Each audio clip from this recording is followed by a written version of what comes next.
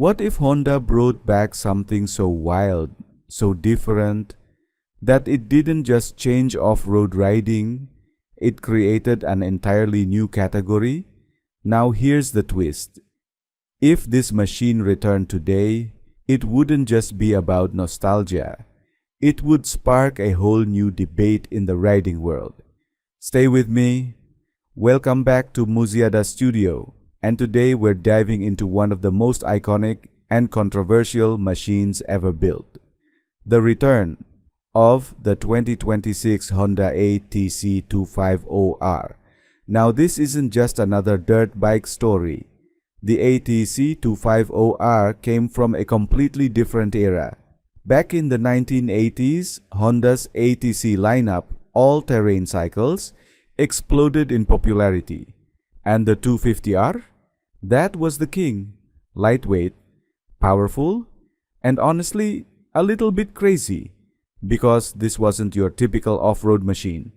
It had 3 wheels. And if you've ever seen one in action, you already know the reputation. Fast, agile, unpredictable, and above all, demanding. And this is where things get really interesting. Bringing back something like the ATC250R in 2026 wouldn't just be about design or performance. It would mean reimagining an idea that was once considered too dangerous for the modern world. But before we go there, let's talk about what made the original so special. The ATC250R wasn't built to be safe. It wasn't built to be comfortable. It was built to be exciting.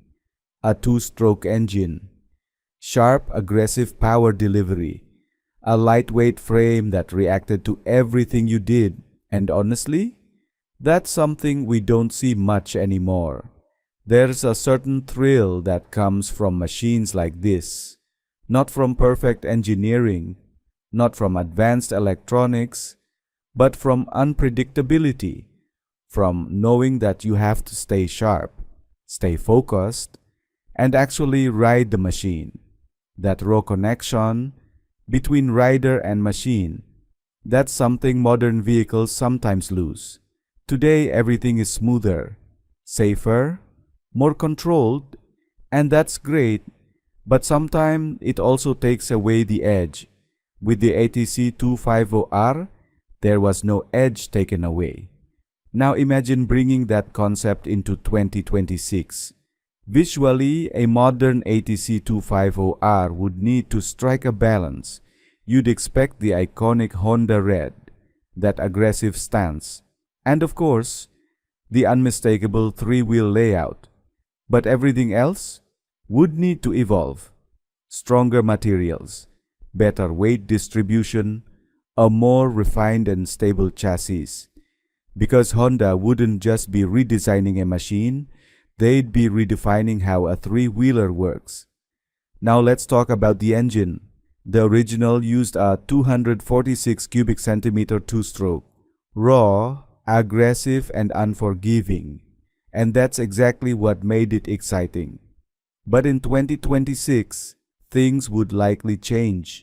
A modern version would probably use a 250 to 300 cubic centimeters 4-stroke engine, more efficient, more reliable, easier to control. But here's where things get a little controversial. If Honda wants to capture the true spirit of the ATC250R, they can't make it too safe, too controlled, and it stops being what it was. It becomes something else entirely. There still needs to be a sense of excitement, a bit of unpredictability, a reason to respect the machine. Now performance. This is where things get really fascinating. 3-wheelers are different. They don't behave like motorcycles. They don't feel like ATVs. They require a completely different riding style.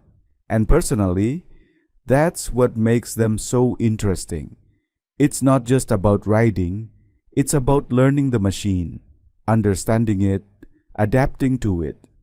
The original ATC250R was quick and agile, but also notoriously difficult to control, especially in corners. A modern version would need to improve that. Better suspension would be key. Independent front suspension, a more advanced rear shock, modern damping systems, all designed to improve stability without removing the challenge, because that's the goal, not to eliminate the difficulty, but to refine it.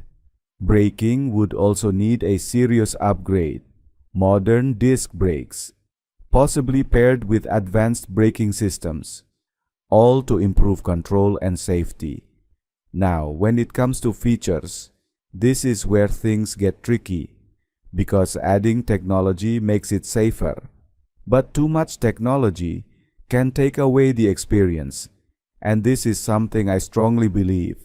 Machines like the ATC250R aren't supposed to be easy. They're supposed to be engaging. They're supposed to demand your full attention. So Honda would need to find the perfect balance, just enough tech to improve safety without losing the soul of the machine. Now, who is this for? Definitely not beginners. Not even close. This would be for experienced riders, people who understand off-road dynamics, people who enjoy a challenge, people who want something different. And honestly, that's exactly why it would work. Because not everything needs to appeal to everyone.